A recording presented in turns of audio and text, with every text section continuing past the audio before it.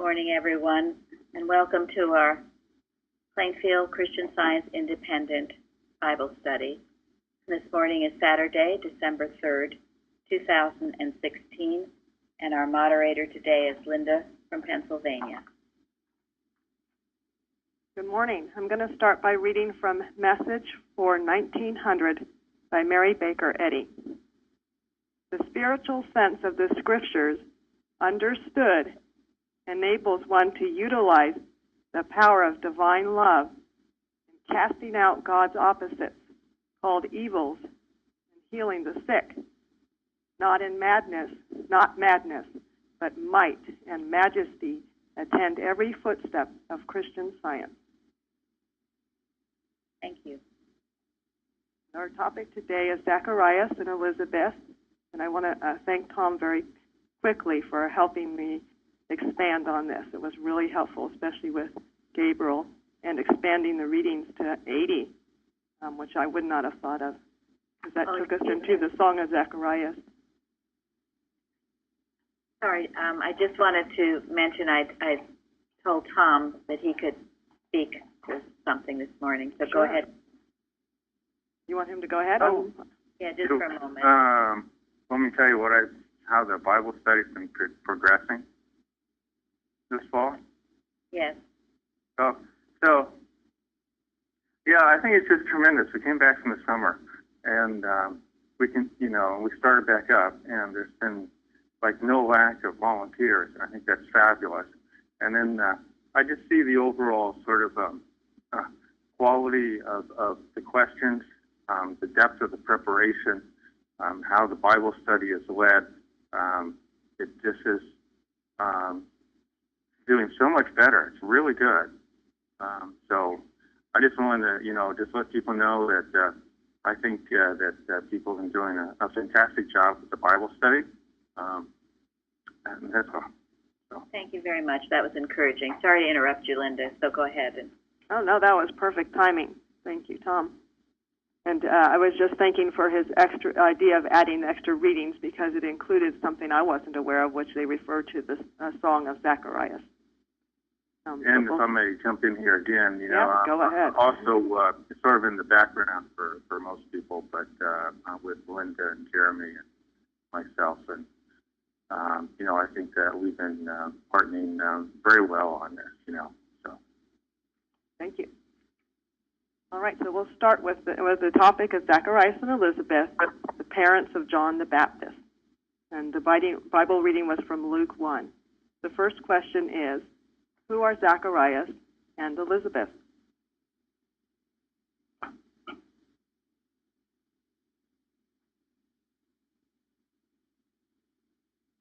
Well, they were childless. Well, Zacharias is a priest. He's a descendant of Aaron, and Eleazar, who is Aaron's oldest son. Aaron's descendants were selected to be priests.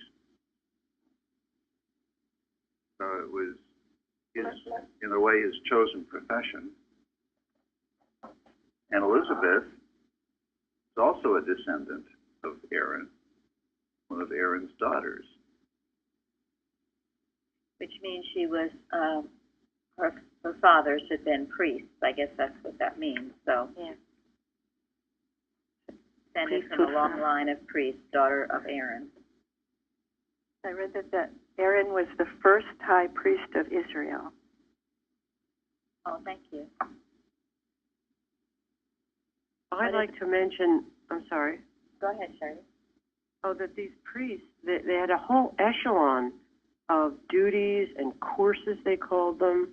And not only did they do their priestly duties, which and of course it shows in the Bible and in the commentaries that Zacharias was very, very devout, as was his wife, and that he fulfilled his jobs very well with prayer, praying the whole time he was doing it, which I did not realize. And then how these courses of priests, even if they weren't the high priest, it was their job, and I'd like Tom or somebody to speak to this, if something was happening at Jerusalem, it was their job to take food and water to Jerusalem. I did not know that either. Thank you. That was what I was going to ask, was what were their duties, and there was a list. Tom, did you want to say anything about that? Well, actually, I want to comment on, I don't know too much about that, but I did want to comment on what they say about who Zacharias and Elisabeth are. Because it says Zacharias is of the course of Abia, and there's a write-up of it in Bible Hub. So people were to look it up, Luke 1, verse 5 in Bible Hub. You could read about this. But it was King David who divided the descendants of Aaron into like 24 classes or courses. And then they used that to sort of schedule their time in the temple. So, and then I think sometimes one of the reasons why it says that he's descended from the courses of Abia and Elisabeth is of the daughters of Aaron, is that it means that John the Baptist's parents were as purely priest as you can imagine. So it's kind of a reflection on the purity of John the Baptist from a priesthood point of view. Yeah, thank you. I think also you get the sense that, again, here is humility because their position or their duties were not something that the high priest did. They were serving in the temple. That's what I read. And I just got the sense of, people, he being very humble, just doing God's work as he was led to do. Thank you. They had been humbled by not having children, too. They were very obedient to God, and I saw somewhere that they said that they cared more about what God thought about them than what men thought about them. Thank you. And they walked in all the commandments and ordinances of the Lord, it says, blameless, not sinless. Righteous and blameless, which is very good description. These short descriptions of people in the Bible are very enlightening.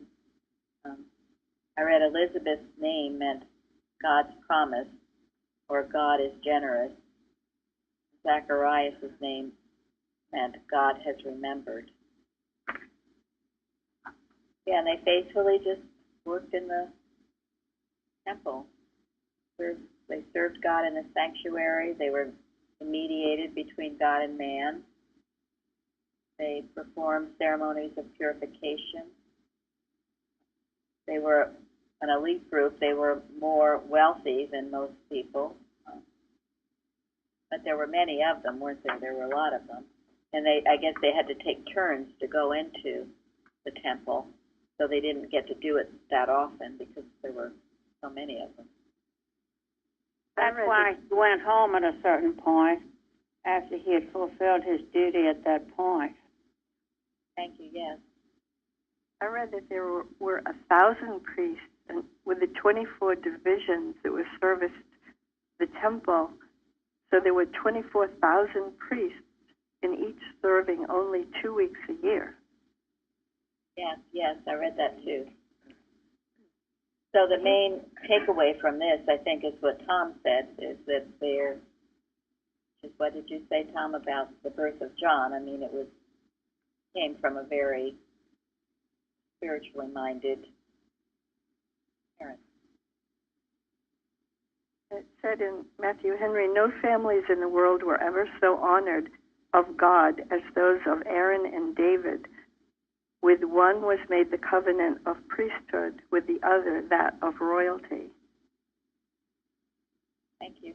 It was of Christ. And say something about these priests. As mentioned, there were many, and not only that, they were wealthy. And many of them lived in what would be considered a more elite neighborhood, not even in Jerusalem. But Elisabeth and Aaron lived with this small group that were very spiritually minded, the small group that we associate Mary the Virgin Mary with. Thank you. They stayed with them. Elizabeth and Zacharias. You know. Zacharias stayed with this small, humble, but very spiritually minded group, which is even more remarkable about Zacharias, to think that he held this elevated position as priest, and yet he remained righteous before God with this group.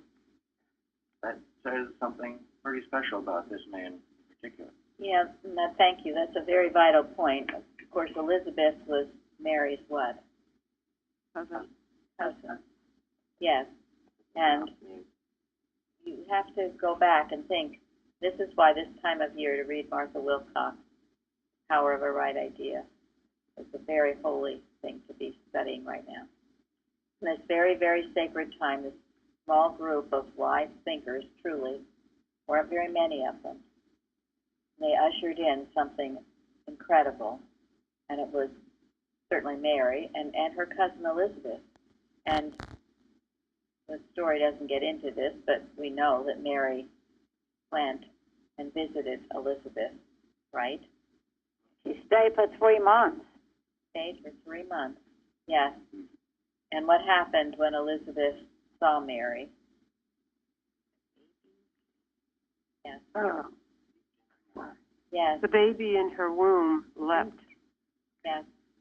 And it says, you know, in reading about John, the list of qualities that John had that the angel Gabriel tells Zacharias, one of them was he had the Holy Spirit from the very beginning. This was a very, very, in a way, amazing thing to think first Elizabeth and then Mary, the same family, bringing forth such remarkable people, especially, of course, Christ Jesus. But you can only imagine the comfort that they got from each other and the comfort that Mary got. Well, both of them, but certainly Mary, because Mary had had no relationship. She was a virgin, and here she was with child. And here, Elizabeth was way past having children, she and her husband, and she was with child. So you can only imagine the wonderful, holy friendship that they had those 3 months. And some have implied that Mary was escaping perhaps the wrath of others who, I mean, in those days, if you were having a child and you weren't married, you know, it was a very, very terrible thing. Right? You could be stoned and all kinds of things. So fortunately, Joseph stepped up and married her. But it was a very, very holy time. And this is what's possible when you have a group of like-minded thinkers. Mrs. Eddy has said this, a group of wise thinkers. And this is why what we are doing is so important, and we must keep ourselves in that holy state. There's no reason why we can't bring forth whatever God would have, including the millennium, if we do this work. And all of you here and listening are called upon to help with this. Why not? Why? What else have you got to do? What better thing do you have to do than this? It's a holy calling. But most people don't think about it. And we're going to get into Zacharias. I don't know if this question is the next about what happened with him and his disbelief. And all of this was taking place at a time when the Israelites were effectively in slavery to the Roman Empire. Their king was Herod, who wasn't one of them. They were in slavery. A terrible time politically. Terrible.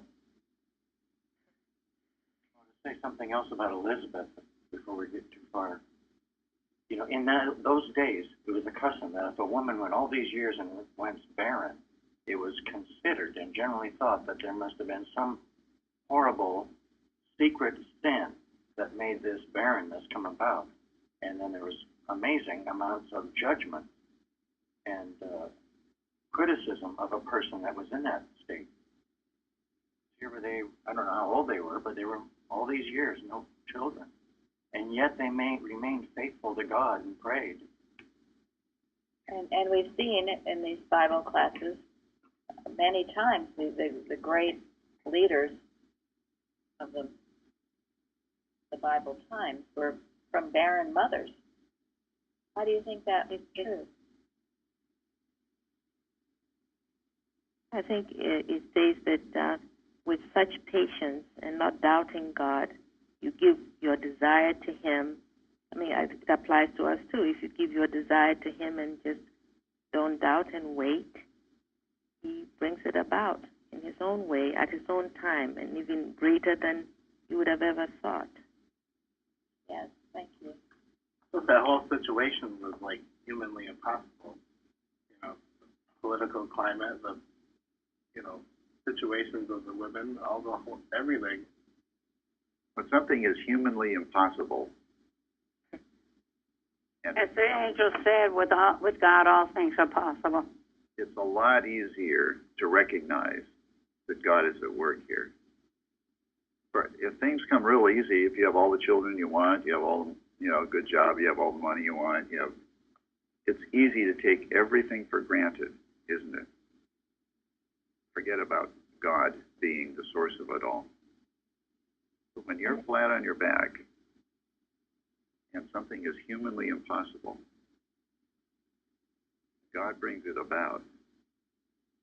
I'm not going to forget it. Thank you. That's the answer. That's it. Somewhere in the precepts, Carpenter says, things that are humanly impossible, God loves those challenges. and that you never feel badly if you're faced with something humanly impossible. And it's what Mrs. Eddy did, with her students in the building of the Mother Church. She made it humanly impossible to achieve it. That's why it is what does she call it, a prayer in stone. Think about going through all those years. We just went through Thanksgiving. So many times we're thankful for the things that are manifest and the effects are visible. But what about being thankful for just life, truth, and love? Maybe you don't have the visible fruits that you were expecting to have, but you remain faithful to being thankful to life, truth, and love. I just get this picture of Zacharias and Elisabeth all those years, always praising, always remaining righteous before God. Yeah, and Mrs. Eddy addresses that in Science and Health. She says if you're not grateful for life, truth, and love, you should put a finger over your lips and get where you are grateful for that. Because there are always going to be things you think you need or want. It's endless. But once you're grateful truly for God, not the things, but for God, well, that's where you're in the right place then. There was someplace I read that talking about this impossibility. Is there a situation in your lives that seems impossible? Commit it to God in prayer together and ask Him for the patience to live with it graciously until He changes it. Beautiful. Thank you, Lily. Beautiful thought. Patience must have her perfect work. So many are so impatient. It's this instant gratification. They want it yesterday. And if they don't get it yesterday, then God doesn't work, or I'm throwing my marbles in and walking away. I mean, Florence and I have talked about it many times. Things did not necessarily happen overnight with us. It took a while, and that's not to discourage anybody. But in the meantime, during that while, there are many blessings. Maybe it's not just the one that you particularly want at that moment, but there are many blessings, and mainly a huge change of base and a change of thought and the renewing of your mind. And when that begins to happen, you realize that that is all that's important. Anything else, whatever else you thought you want, your house, your health, your money, whatever you were seeking, becomes insignificant to that relationship with God. Those other things truly become byproducts. And that is seeking the kingdom of God and His righteousness, and all these things shall be added unto you. But perhaps you start in this one big goal you've just got to have. It's, I'm a practitioner. Why isn't here yet? I have been working with you for 2 weeks, or I've been in this church for a year, or whatever is going through your mind. Just shut out that and focus on your God, your relationship with God, finding your peace, your joy, all things in Him. That's when everything changes. Matthew Henry said, prayers of faith are filed in heaven and are not forgotten. Thank you. Yes, I saw that too. That's a beautiful. Yeah, I saw that. Thank you. Very good. Anything more with that? Linda, did you want to add? Nope, I think it was perfectly covered. What I was going to do with the next question, since I feel that we have answered what he was really doing at the temple, was what happened to him at the temple.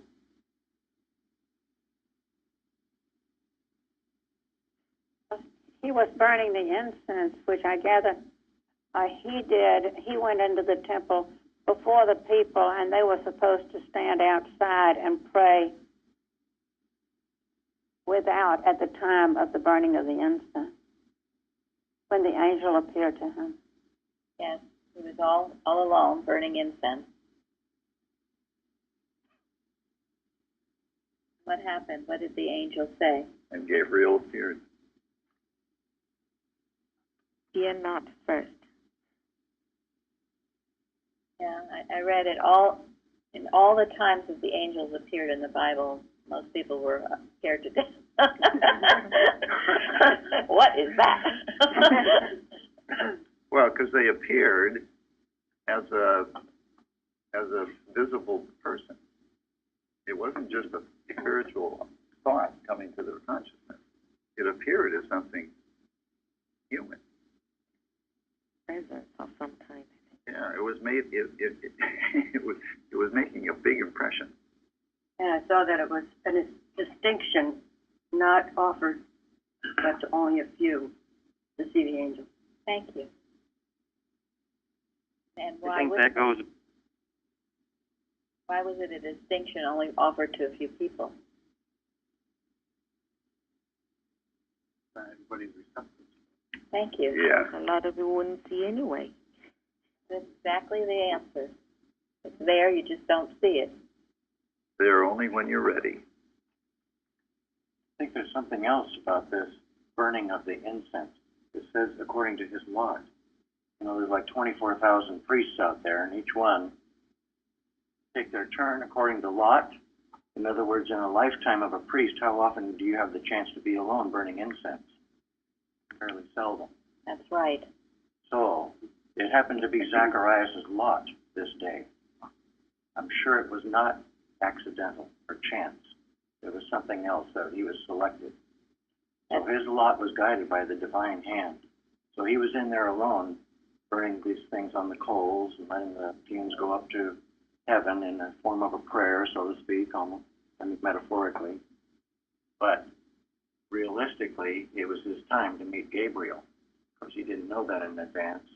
There was a higher purpose governing the whole thing anyway, and it was known. So he had this chance to be alone with Gabriel, one-on-one. I also like the fact that he was praying. It's a good lesson for me to pray always. Pray without ceasing. Yes. My goodness. It's also important that he wasn't in the inner, the holy place, where it was always assumed that that's where one would hear God, was between the two cherubim, and that was only where the high priest went to. So he was out. He wasn't in that inner sanctum. He was in a more common area for that level of helper that he was. So it wasn't in the holiest place, and so then seeing the angel there was even more significant, because he wasn't a high priest, he wasn't in the inner sanctum, and he still was in tune enough to see this. And the other thing going along with seeing an angel, was kind of interesting that Matthew Henry said that most people can't, like Mrs. Singletary said, can't deal with seeing an angel. And so most messages from God come through other people.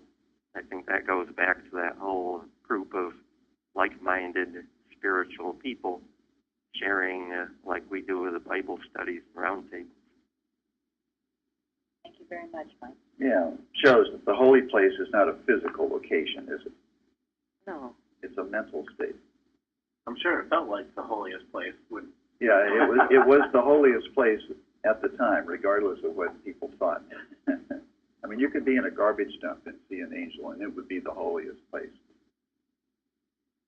I think when you're by yourself, there's no distraction. Tunes is more receptive. Yes. So what else did the angel say? Told him not to Prayer has been answered. Pardon me? Your prayer has been answered. Yes. Well, before that, he said, I stand in the presence of God. In other words, telling Zacharias that he's not a person. He is a messenger from God. That he stands with God at that moment. In other words, God was there present. And he tells Zacharias that the child will be great in the sight of the Lord. And many of the children of Israel shall he turn to the Lord their God. And he will prepare the way with the people for the Lord. Of course, he prepared the way for Jesus. Thank you, Fairly. He was very specific. And what did he give? He said it his name too. What did he say his name would be? John. John. Yeah, I mean he was detailed on this thing. Anything else he said? That he would be a Nazarite. I think his life was dedicated to God. Yes. Yeah. And that he would be great in the service of God. And he would never drink wine nor strong drink and be filled with the Holy Ghost, even from his mother's womb. Even from his mother's room. That's why the child left, because the child felt the presence of the Christ when Mary came. Yes. But he came to answer Zacharias' prayer. Does God ever answer our prayers?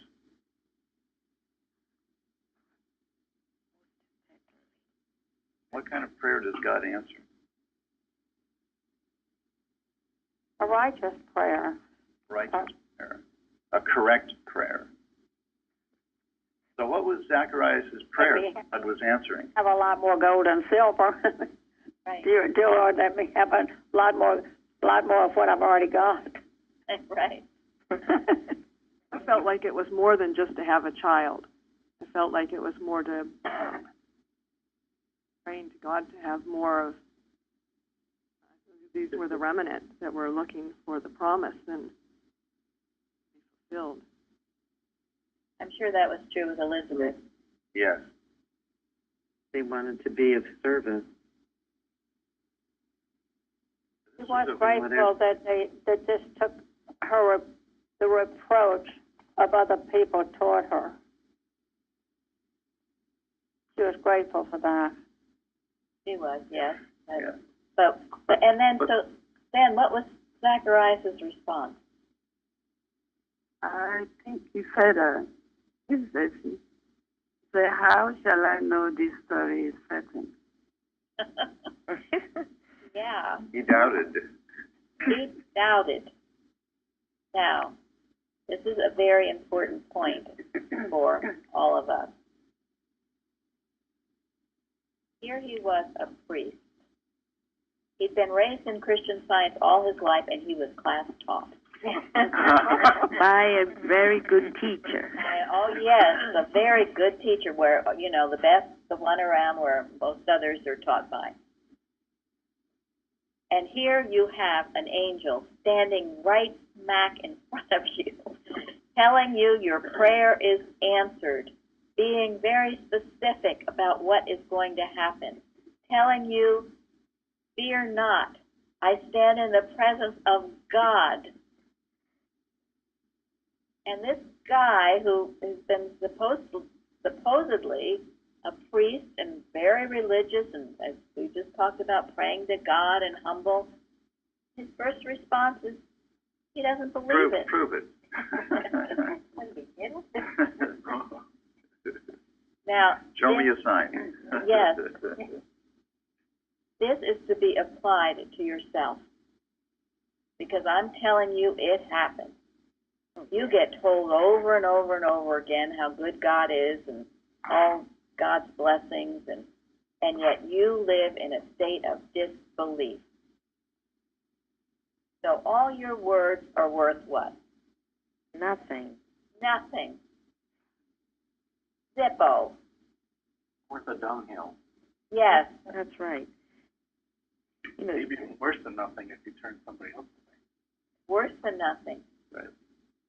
So you can do all these outer platter things your whole life even. And then it comes as clear as day that the presence of God is with you, and you reject it. You doubt it. Too good to be true. Can't happen. So you never got No, it. I was praying for it. Yeah, even though I was praying for it. Matthew Henry said John the Baptist was to bring all to faith in Christ from a ritual, traditional religion to substantial, serious godliness. Yeah. Yeah. And we should all take that to heart. So many of you, and myself included in the past, your blessings are prevented by your disbelief. this is why the expectation of good has to be one of our rules. I mean, it is. Thank you. It has to be. You're right. This is why Jesus gave thanks to God before he performed any of the healings he did. This was a major lesson that I had when I first came to this church because, I had other practitioners. I had seen very little healing in my life. I'd been a bogus scientist. And Mrs. Evans, one of the things she first addressed was I didn't expect healing. It's something now as a practitioner I usually have to get into with people who are new, or even those that aren't new, that have been around for a long time, new to our church perhaps. They don't expect to be healed. They'll tell me, I've had 10 practitioners, nobody's healed me. And I'm ready to leap from you to another one if you don't heal me in a few days. Meanwhile, arguing on the side of what you want to be healed of. Yeah. And giving a long, long list of all the things they know and how they've read this and they've read that and their class taught. But underneath, they have disbelief. They don't expect to be healed. That was why Mrs. Evans had given me from Psalms, my expectation is from the Lord. Where is your expectation? If you don't expect to be healed, where is your expectation? From the devil? It is. So why go through all of this? All these years of study and prayer and sitting in your prayer chair and grinding out arguments, when you don't believe in God, you don't believe he can heal you, you don't believe you're going to be blessed by him. It's as if you stood at the door and just slammed it in his face, which is what Zacharias did to this angel. So, if you are in a state of disbelief, you get where you change your mode of operandi, okay? It's interesting that it's often you hear, well, I've had so many healings, well, so why doubt this? Yes. And sometimes it's because you're so focused on that healing. Mm-hmm. You focus on the problem and you check it every day, or you look around to see if it's happened yet, and you've got to get your focus off the problem and onto God. And that is why, we say too soon. You cannot turn from disease in the body to find disease in the mortal mind, and its cure and working for God. Mary Baker Eddy. Get your thought off it and on to God and His possibilities. And what we're doing here now, we're praising God, glorifying Him at our round tables, at our Bible studies, all these things. It has to be to get you lodged out of your disbelief. And as we talked last week, David recounted his blessings before he could meet Goliath. Instead, the mortal mind will be counting all the things that have gone wrong in your life. And pretty soon there'll be even more to add to your list. So, this state of thought, this state of disbelief deserved a very strong rebuke. And he got it, didn't he? Yep. Very strong. Yes. Gabriel said, okay, you want a sign? We'll give you a sign. That's a good one. You're not going to be able to speak or hear until this promise is fulfilled. He wasn't waiting for Zacharias to put his own finger to it. Yes. So we're going to shut you up until this Can't speak error anymore. Thank you. Yeah. Mm-hmm. How dare you question me and what I'm here for? I just told you, don't be afraid, fear not. I'm in the presence of God. I'm telling you how your prayers are going to be answered, and you question me. Well, now you're going to shut up because you're speaking error, so shut up. And that's what we do, okay?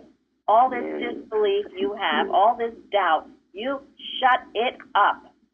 Better you shut it up than God shut it up for you. He might not speak. And when you have a practitioner telling you to shut it up, you better listen. Otherwise, God will shut it up. God will shut it up, and it won't be God, but it will be your own disobedience. Your own disobedience, yes. Own disobedience will shut it up, and pretty soon you're going to have a worse problem than you had before. And I have been there, and I have done that. It's not nice. Underneath it all, the blessing is coming. And if you have to be shut up to protect the blessing, so be it. Because after all, the divine plan is superior. Well, and those two words, shut up, I know those are politically incorrect, but I love them. And I say it often to myself, shut up. It's very soul satisfying when the devil is speaking to you to tell it to shut up. And so it must be. We don't have to say, oh, please go away. Stop now. I don't want to hear you. Be so nice. No, you're not nice. It's not nice to you. When it's aggressive, only shut up will shut it up. Exactly. That's right. Error does not deserve nice. So I thought, boy, what an example, and what an example for all of us to see this disbelief. And many of you, and myself included, you have many signs of God's presence and power, the angel thoughts surrounding you. But you are so wrapped up in your problem and how bad life's been that you don't even hear a cotton-picking thing. And it's time that you take that. That he talks about a ready ear for the overture of angels. That they're always with you, always speaking to you, always comforting you, guiding you, loving you. And your ear must be ready to hear. I will hear no other voices. I will heed no other call to him. And honestly, people become deaf when they shut God out, not shutting error out, but they shut up God. Not what, you should have that ready ear for the overture of angels, hearing his voice. And you will never become deaf or blind or dumb. Or lose your voice. Or lose your voice, because you will be using it in praise of God, for God. So anyone else about this?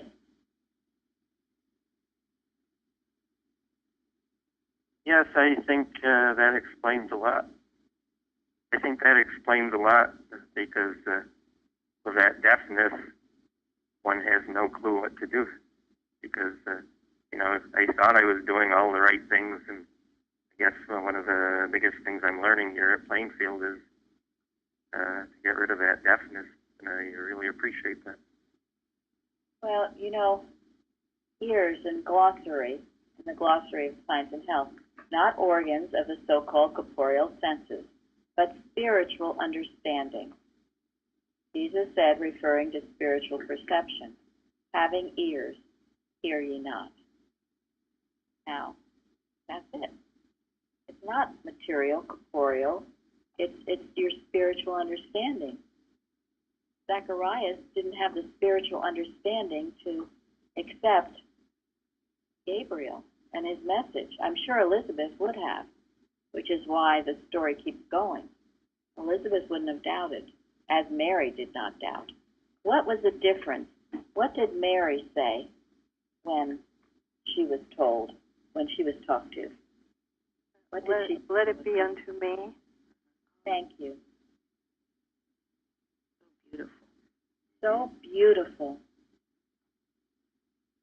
What Oh, the handmaid of the Lord. I like this. Sometimes with deafness, there's a stubbornnness, refusing to hear. Absolutely. Or choosing what you want to hear. Yes. We call that selective hearing. Because some people are very good at hearing what they want to hear, but someone tells them what they need to hear, or something they don't want to hear, and suddenly, what? I didn't hear you. I didn't get that. I don't understand. Yeah, I don't understand. So there you're losing hearing as spiritual understanding. It's also I think there's a little bit of a gender thing here as well. It's a lot more culturally acceptable for men to be chauvinistic and for women to be receptive, spiritually receptive. And it does appear throughout history that men often block their own spiritual growth through their chauvinism. It often appears that women are more spiritually receptive. This is true. This is true in many cultures. I just wonder, where did it all come from, this male thing? The Adam dream. It's the Adam, right? Yeah. It's the Adam dream, and those of us who were born male, it's something we need to handle. Some cultures in the story of Samuel, the mother was the one who was so spiritual, whereas the husband kept saying, well, don't worry about it. I adore you. I love you just like my other. And but Samuel's mother just prayed and waited on the Lord. The mother's influence is clearly the strongest influence. And she was there to produce Samuel. Yeah. But it's something for men to be aware of. But I think it's... And our society is not as bad as some. I mean, there are some societies where it's horrible. So, to think about in Mrs. Eddy's day, she couldn't vote. So I was just going to say on that I think it goes also within one's position in life, because when asked about suffrage, Mrs. Eddy said that as long as the women, and this is paraphrasing, as long as the women stay with that spiritual context, it's fine, but if they turn into men, it's not going to go well. Wow, that's interesting. Well, just like in other religions, women have to veil themselves. They don't have the same privileges that men do. Right. Right. They can't drive cars. They can't. But some of them aren't even educated. But what I see with many women is that today now, with their higher learning and jobs and et cetera, that they're just turning into female men. Male qualities, right? Yeah. Right. And that is something to watch again too. or even all this immorality. I mean, I came from an old school, but my mother, you know, she taught the women had a responsibility to maintain a moral standard that men might not agree with, but the women had to. And then when women have lost so much of their moral sense of who and what they are, things, the family structure, everything starts to go downhill. And you want to read or listen to Morris's recording of the chapter on marriage. Explains it very well. Jeremy?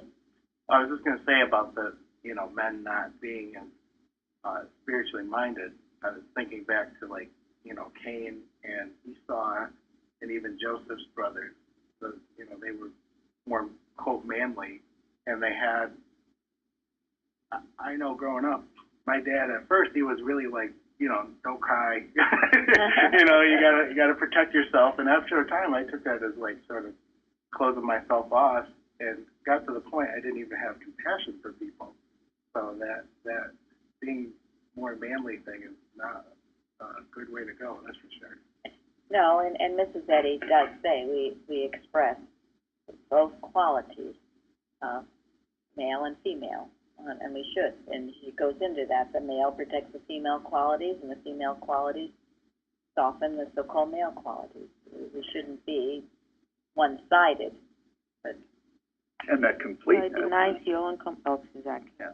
Sorry, and that completeness is having both sets of qualities within you. Of course, Jesus explains that in the next world, man is neither given nor taken in marriage. Right. There's an elevated sense of manliness, which is really the right concept and includes all of the qualities.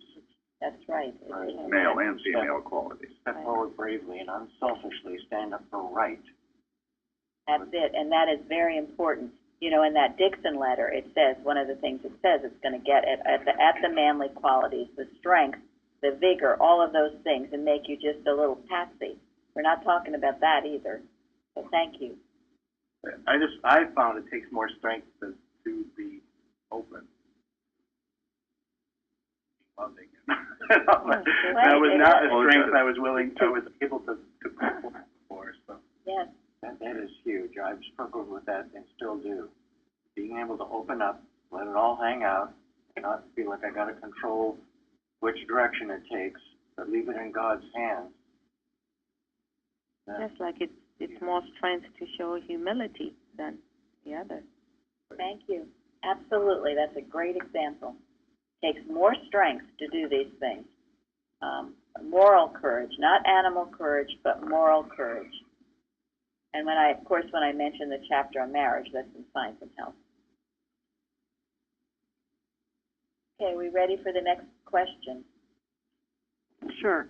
I do want to say, having come to Plainfield, that when the men do this, they're a powerful force for good, and I'm so grateful to have come here to meet men who are truly working in with the Christ and walking, because it has been very healing for me. So that's just a little gratitude. Thank you. Big gratitude. Thank you. And if you could have seen the way Mrs. Evans had beat people as a pulp to get rid of the macho sense of manliness, or this insipid sense of womanhood. She used to love this quote, "Me little twit and you big man way." She loved it, because if she ever felt a woman was, looking up to a man and like, I'm just a little tiny twit and you're this great big wonderful person, it drove her crazy, because she wasn't like that. And so, and she knew that was the false concept of false what God concept. created. And you would be encouraging a man to be a big macho idiot as you were some little stupid twit. And that is the mortal dream and the Adam dream of things. So never think, you little twit, you big man way. But have that totally out of your experience. So, okay, Gabriel. What does the Bible say about the angel Gabriel? Well, we did cover a lot of this, didn't Yes. we? I would like to add that it was interesting that he is written about 3 times in the Bible. Does anyone know where the 3rd time is? We covered 2 of them. Daniel. Yeah. Daniel, he explained his vision. And he, Oh, Gabriel, you mean? Gabriel, Yeah. Revelation. And only 2 angels are mentioned explicitly with their names, and that's Michael and Gabriel. And of course, in Science and Health, what does Mrs. Eddy say about Michael and Gabriel? Gabriel is the angel of what? The more quiet. The more Gabriel quiet. is ministering love. Gabriel is ministering love. Yes. And what is Michael? Michael has a sword. Spiritual strength. Yes. Mike fights the battles. Here again, you can liken it to the male and female qualities. And remember, you should have both. And I think I've told some of you, sometimes I declare this for my home, that the angels of Gabriel and Michael are in my home, bringing peace, joy, love, ministering love, as well as the sword of strength. And that would be a barrier against anything unlike those thoughts. Lauren? No, I was going to say drawing the line, so no entry of anything. That's it, drawing the line. Nothing can enter your home. That is unlike God. Yes. I've heard, people who are involved in the occult, and I think I might have mentioned this, but they have these things in their home to keep evil spirits out, objects. Anyway, we don't need any objects. We only need this truth, the truth. But you maintain it. And, if you have children and you're knowing your home is filled with Michael and Gabriel, those angel thoughts, there can't be any room for them to be sneaking heroin or other things in drawers or whatever. Just the peace and the power of God. You maintain that atmosphere in your home. Or even, thinking negative, depressed, suicidal thoughts. No, not in this home. Only the presence and power of God. And it bars it to anything else. And that you believe me, you're not going to need any security systems either, because Michael and Gabriel fill your home. And that's what makes the home safe. Mrs. And that's Eddy, how people feel safe when they enter your home. I like that Mrs. Eddy wrote, the Gabriel of his presence has no contact. Thank you. That's beautiful. No wonder Zacharias had to go dumb for a while. Absolutely. And, you should all be familiar with what Mrs. Eddy says about angels in Science and Health. We were given here an assignment, maybe someday I'll make the list of it, to memorize various definitions in the glossary. And believe me, we had to go around the room and say them. We had to memorize them. Ears and eyes were 2 of them, and angels, God's thoughts passing to man, spiritual intuitions, pure and perfect, the inspiration of goodness, purity, and immortality, counteracting all evil, sensuality, and mortality. That is one to know and to live with. When people complain about, somebody did me wrong or made wrong sexual advancements or dishonest. Well, I tell you, take that definition of angels and live with it, and that will cease. You work with these things. These are not just nice things to memorize, but live with. And all of these definitions are so helpful, and they're the ones, I believe Mrs. Evans once told us she had to memorize them in Sunday school. I had not memorized all those definitions until I knew her. And my old Science and Health is just full of notes and things that she's given us. So I think I'll have Carol read. This is from Martha Wilcox, but she talks about angels. And I love it. It is on our website, and it's something to live with. Angels are as real as any other part of God's creation. It is remarkable how often divine ideas and divine experiences appear in our human consciousness as angels, and how often we are unaware of them as being angels.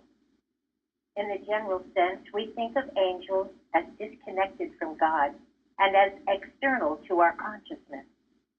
But in truth or fact, angels are divine mind's powerful impressions of good appearing in the human consciousness.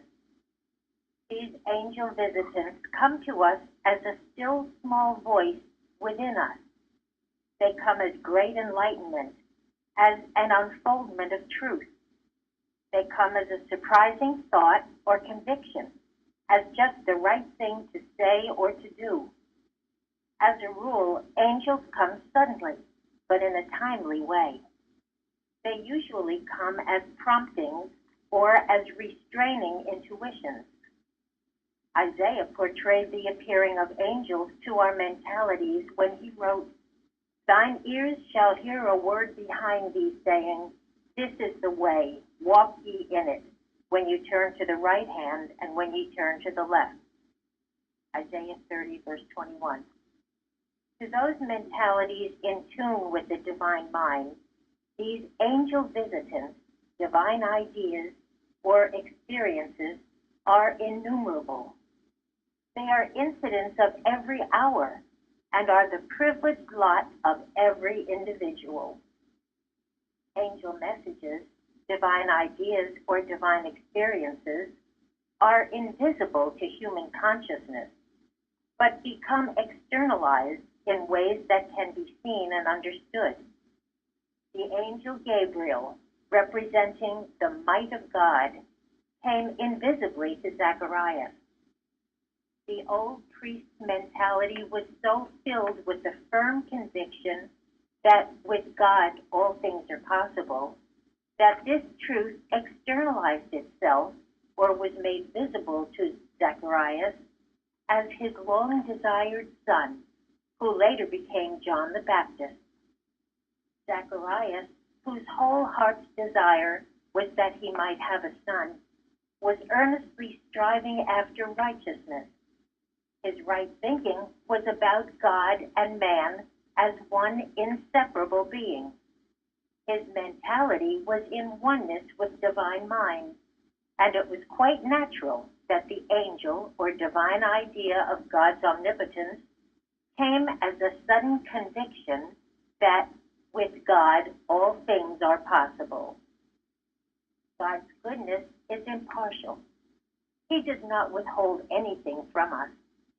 These angels of his presence are something which we, in our ignorance, are withholding from ourselves.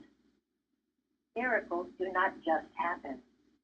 When we change our inmost thought to accord with the angel of his presence, this puts into operation spiritual law, which causes the externalization of that which from the beginning has already been bestowed. Isn't that magnificent? In Martha Wilcox Addresses, I wasn't sure what article. I thought it was in The Power of a Right Idea. But anyway, it is on our website. You can find it under the Martha Wilcox articles. I'll find which article, or someone else will. But anyway, that is what you live with. This season, talking about angels, this is what it is. They are all around you, innumerable, she says. But you, as Zacharias did initially, you shut it out. Now, what caused Zacharias to get his hearing and everything back? He told them that the name would be John, not named after him. Yes. He had to write it on a piece of paper, but he did. And in doing that, what was he acknowledging? I thought he was making the prophecy come true right away, to turn the hearts of the fathers to the children and the disobedience and the wisdom of the just. Make ready people prepared for the Lord. But what was he doing with himself? Acknowledging that that was the angel, that was God speaking to him. Thank you. And it was humility on his part, since his cousins wanted it to be named Zacharias. Well, and no, he was changing his disbelief, his state of disbelief, to one of acknowledgement of the presence and power of God. The angel had told him the name was John. Maybe Elisabeth seemed to know that even without hearing the angel. And I guess there was no way she could have known about the angel because Zacharias couldn't tell her, unless she wrote it, I guess. Anyway, it shows the spiritual sense. When he changed his attitude of disbelief to one of acknowledgement of God's presence and power, and yes, there was an angel who spoke to me, yes, then he got his voice back. And so it will be for us. And so then the manifestation of John came. In the meantime, his wife, her spirituality was ruling the day. So it's a beautiful story, and it's a beautiful story to have before and during this holy day time. Anyone else on angels for that question?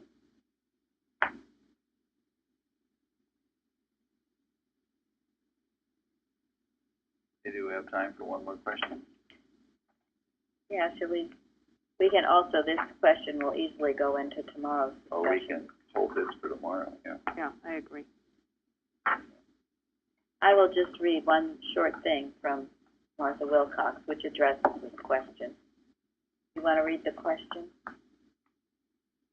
The question says, what does this story say about birth, creation? Okay, well, Mrs. Eddy, and we'll get into this much more tomorrow. Mrs. Wilcox says in Scientific Translation, not a single blade of grass, a leaf, or a flower is material when viewed correctly.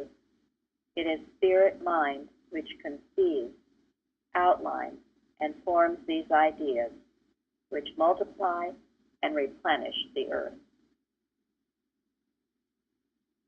Thank you, Linda. Thank you very much. Thank you, everybody. Thank you. Thank you. Thank you, everyone.